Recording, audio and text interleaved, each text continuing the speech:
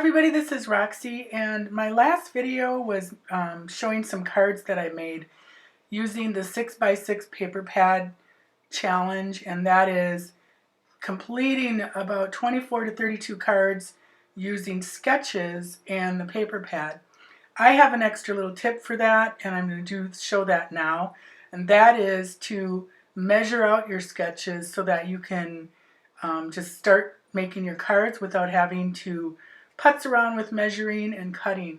Right, so here is the rest of that footage. I have, like I said, I've got a booklet from Christina Werner, and then I've got a tablet of my own sketches.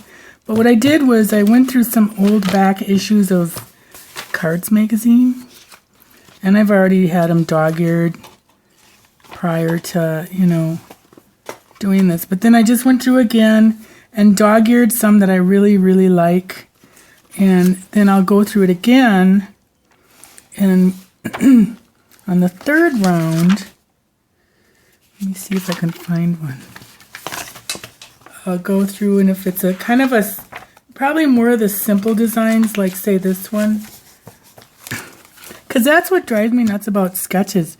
Everybody has sketches, like October Afternoon, basically all these places have sketches, but none of them have measurements, and that's what I wanted to do was, this is sloppy, but I just wanted to do sketches and put in measurements and then explain the measurements of each piece, because that can take a whole lot of time figuring out what sizes you need. So now I can just go in here and go, okay, I want to make, like this is the card that I made with the Stampin' Up! Fat Animals, and I think they had a sentiment here, and then ruffle lace and whatnot, but and then they had baker's twine here and a little button or something. But I just wanted, I just changed it up a little bit, not much. But I already have the measurements, so I don't have to, like I said, sit there and cut the paper and go, it looks too big or it's too small. So that's what I've done. I'm working my way through all the cards books that I have. So here, I don't necessarily need to know what that piece was. I think it was a little cutout of a baby stamp or something. But it's just the shapes and the pieces that are going to be nice to have. So, and it's worked so far. I've used a few. But anyways, thanks. Because otherwise what I do, like say the penguin cards I just showed, that's me just kind of, they're not elaborate. But when you design a card yourself, it takes a lot of time just to make up that prototype to make, a few more. And for me, by the time I'm making my fourth card of the same thing, I'm tired of it because I've been working on it so long.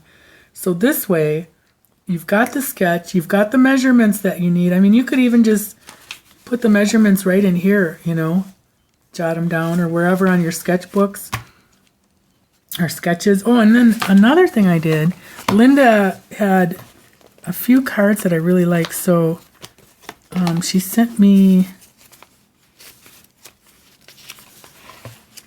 where is it? There. So she sent me the links to them or whatever, or the numbers. So I printed them out at 4.5, so that they would be 4.5. I put them on a Word document so that it would be 4 1/4 by 5.5. Printed it out, and then all I had to do was measure everything and jot it down. Super simple. This is one I've used before. There's one back here. There, see? It's all ready to go. So it's super simple. You could just do it that way. See, this is from Basic Gray. Print it, put it in your Word document and then measure it up or pull it up so that it's 4 1/4 by 5.5 and print it off and you're done. Well, then you just got to measure the pieces. So that's just my little tip for the day. Thanks for watching. Bye.